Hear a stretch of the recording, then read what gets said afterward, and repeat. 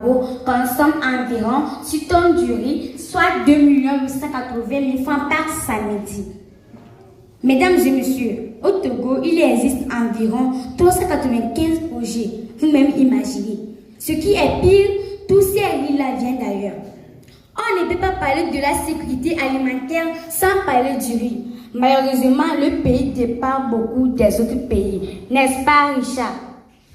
C'est exact, ma présidente.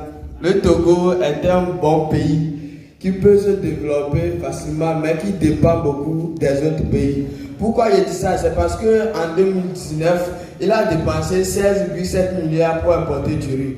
De même, en 2023, il a dépensé 43 milliards pour importer 52 560 tonnes du riz thaïlandais. De 2019 en 2023, nous avons une évolution de 150%. Mesdames et messieurs, imaginez vous-même d'ici 2030, quelle sera l'évolution? Ces chiffres que je viens de dire nous montrent largement que le besoin du riz existe dans le pays. Vraiment, le besoin existe. L'une des causes de ce problème est que nous ne valorisons pas la production du riz local.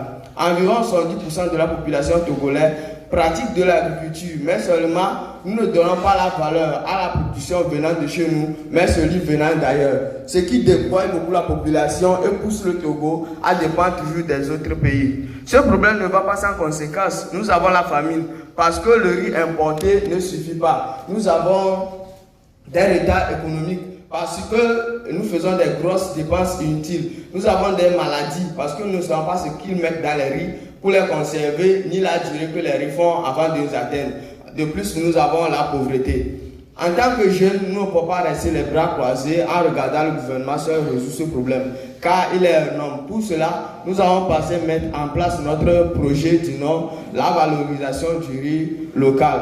En effet, nous avons mobilisé auprès de chaque centre du cluster des parents qui sont dans des coopératives reconnues par l'État. Ces coopératives cultivent déjà du riz, alors nous allons passer collecter, transformer, puis faire sortir notre riz du Nord, riz Hezowe, qui signifie en hébreu Molu Vovolé. Aujourd'hui, les 10 églises du cluster ont formé une coopérative reconnue par l'État que nous appelons coopérative Hezowe, que porte le nom de notre riz. Ensemble, ils ont acheté un terrain de 11 hectares mis à notre disposition comme des projets comme celui-ci. Bref, notre projet nous permettra d'assurer une bonne santé, d'améliorer la sécurité alimentaire, d'améliorer les ressources de nos parents, de réduire la dépendance aux importations et d'assimiler la croissance économique. De même, ce qui me plaît beaucoup,